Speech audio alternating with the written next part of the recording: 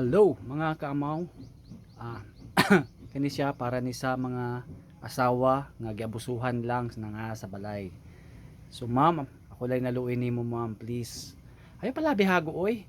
Pasagdain ang mga labhunon, mga labahan, mga sanina sa imong bana. Nga wa siya mo trabaho karon ng mga semanaha. Ikaw palabhon, atay wa siya ba unsa? Wa siya gabae. So, kung mahimo, minimize lang imong lihok, ayo palabig hago. Kay mao ni makalusyang nimo ba? May stress ka dira. Kung mas better pa, kung nag-work ka sa una, the same lang karon. Mag-apply kag work balik.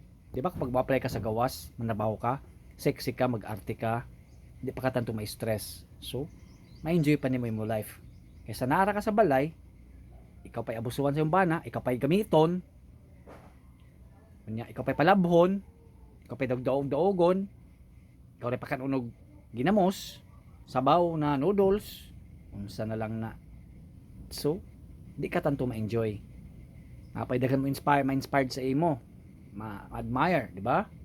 So, what you are now is what you choose in English words. Sa Bisaya pa, kung unsay imong nakakaron nimo, imuha na, dili na ako dili na mo kay mo man na. So, bawra na. So, mo man imong gipili, lisod pod. Imo man ang kagustuhan, imo man ang gipili, kami po dai po namang gipili, di kun ikaw, kami po di mo gipili na di kung ako o di kung kami.